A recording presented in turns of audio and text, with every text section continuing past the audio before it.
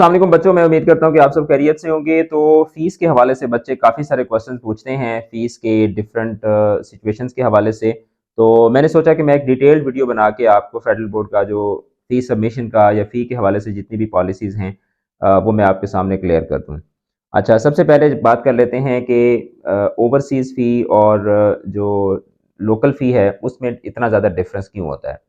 तो लोकल फ़ी में चूँकि ये होता है कि फेडरल बोर्ड की जितनी भी प्रोसेसिंग होती है पेपर सेंटर तक पहुँचाना, सेंटर का इंतज़ाम करना, वो सारी की सारी चूँकि लोकल लेवल पे हो रही होती है और उसमें ज़्यादातर वही इदारे ही इस्तेमाल हो रहे होते हैं जो कि फेडरल बोर्ड के साथ एफ़िलिएटेड होते हैं। तो फेडरल बोर्ड को आउट ऑफ द वे जाके कोई इतना ज़्यादा खर्चा नहीं करना पड़ रहा होता। यही वजह है कि जो लोकल फ़ी है वो बड़ी रीज़नेबल सी रखी जाती है। और चूँकि बाहर के जो कंट्रीज़ हैं, वहाँ पे फेडरल बोर्ड को प्रॉपर जगह जो है वो रेंट आउट करनी पड़ती है, फिर उसके बाद वहाँ पे एग्ज़ामिनर्स को पे करना, बाकी सारे जो मामलात होते हैं उस पे अच्छा खासा खर्चा आता है। फिर पेपर को यहाँ तक पहुँचाना, फिर यहीं से रिज़ल्ट बनना होता है, तो इस वजह से आपकी जो फ़ी है, वो ज़्यादा रखी जाती है और वो डॉलर्स में होती है। फिर उसके बाद बोर्ड की तरफ से एक आपको फैसिलिटी दी जाती है कि जो ओवरसीज़ स्टूडेंट्स हैं, वो अगर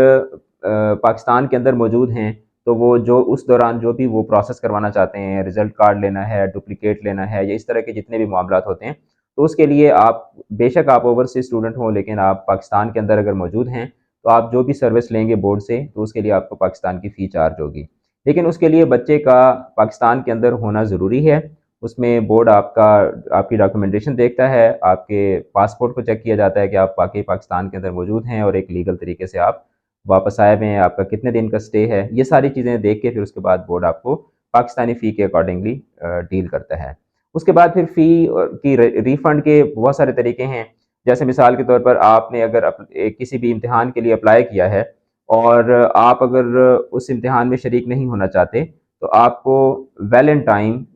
बोर्ड को इन्फॉर्म करना पड़ता है और लेटर आप लिखते हैं, तो उसमें ये होता है कि वो वाली जो फ़ी है वो आप फिर नेक्स्ट इम्तिहान में जब शरीक हो रहे होते हैं, तो उसमें आपकी वो वाली फ़ी जो है वो ऐड हो जाती है और आपको उस दौरान नई फ़ी जो है वो नहीं देना पड़ती। अच्छा, इसी तरीके से अगर आप रीचेकिंग के लिए अप्लाई करते हैं और आपके अगर नंबर्स बढ़ जाते हैं, तो जिस सब्जेक्ट में आपके नंबर बढ़ते हैं, नंबर यानी कि जिस सब्जेक्ट में आपके पेपर्स के अंदर डिस्क्रिपेंसी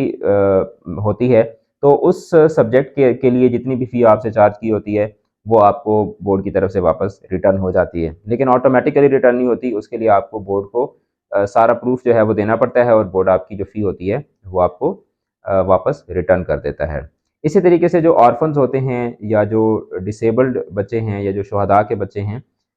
उनके लिए बोर्ड की तरफ से ये पॉलिसी है कि उनकी फ़ीस माफ़ होती है। तो जब तो आपका इदारा आपका एडमिशन भेज रहा होता है, तो वो साथ में आपके फ़ादर का जो डेथ सर्टिफ़िकेट है वो इदारे वाले लगा के आपका एडमिशन भेज देते हैं। जब आप as a private candidate apply कर रहे होते हैं, तो उस सूरत में आपने ये करना होता है कि आप जहाँ जब चालान फ़ॉर्म जनरेट करते हैं ना, तो जहाँ पे आपने चालान